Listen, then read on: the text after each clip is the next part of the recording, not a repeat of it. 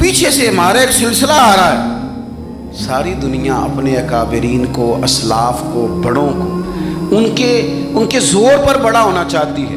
یہاں کچھ لوگ ایسے آئے ہیں جن کے نزدیک معاذ اللہ صحابہ ہی ٹھیک نہیں تھے، اہل بیت ہی ٹھیک نہیں تھے۔ آپ اپنی سند کیسے مضبوط کریں گے؟ اگر وہ اولین جو حضور کے سامنے بیٹھتے تھے وہی ٹھیک نہیں تھے تو پھر ان سے ہو کے جو دین آگے آیا اس کو تم کیسے ٹھیک مانو؟ ساری چیزوں کو مشکوک کرنا چاہتے ہیں۔ ہمارے بزرگوں نے، امام بخاری نے، امام مسلم نے محنت کر کے حدیثیں تلاش کی، اصول بیان کیے کہ یہ حدیث صحیح ہے، متواتر ہے، حسن ہے، ضعیف ہے، کیا ہے، اس کے اصول اور قاعدے بیان کیے۔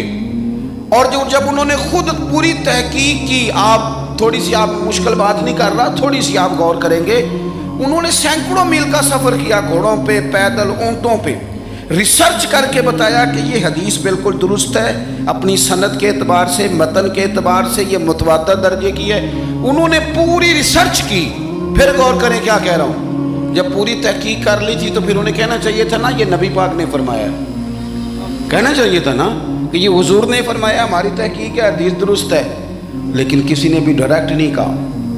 انہوں نے جب بھی کہا، کہنے لگے حضرت عبداللہ ابن عمر فرماتے ہیں کہ حضور نے یوں فرمایا، حضرت انس بن مالک فرماتے ہیں کہ حضور نے یوں فرمایا، حضرت جناب سیدہ عائشہ صدیقہ فرماتی ہیں یوں حضور نے فرمایا، حضرت ابو ہریرہ فرماتے ہیں یوں حضور نے فرمایا۔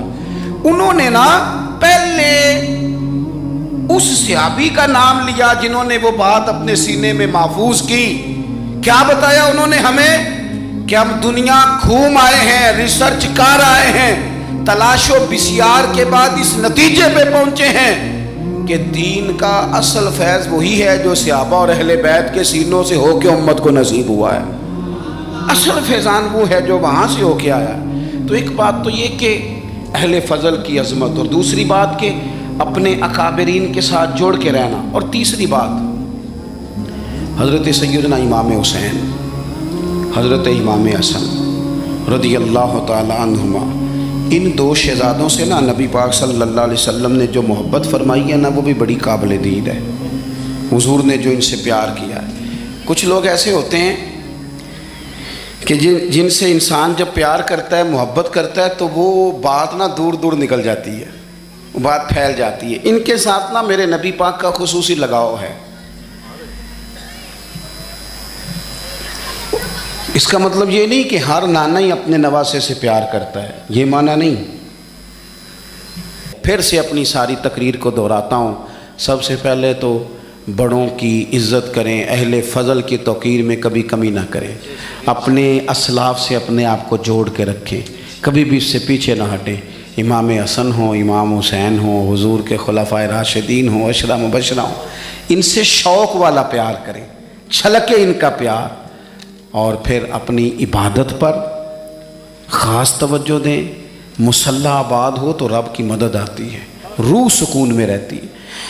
اور آخری بات یہ کہ کھڑا ہونا بھی سیکھیں، ڈٹنا بھی، اللہ کی مدد ڈٹنے کے بعد آتی ہے۔ ان الذین قالوا ربنا اللہ ثم استقاموا، جو رب کا نام لے کے ڈٹ گئے، پہلے وہ ڈٹے، تتنزل علیہم الملائکہ، پھر اللہ نے مدد کے لیے فرشتے نازل کیے، پہلے ڈٹیں گے پھر مدد آئے گی۔ اللہ تعالیٰ مجھے اور آپ کو عمل کی توفیق عطا کرے۔ آخر دعوانا الحمدللہ رب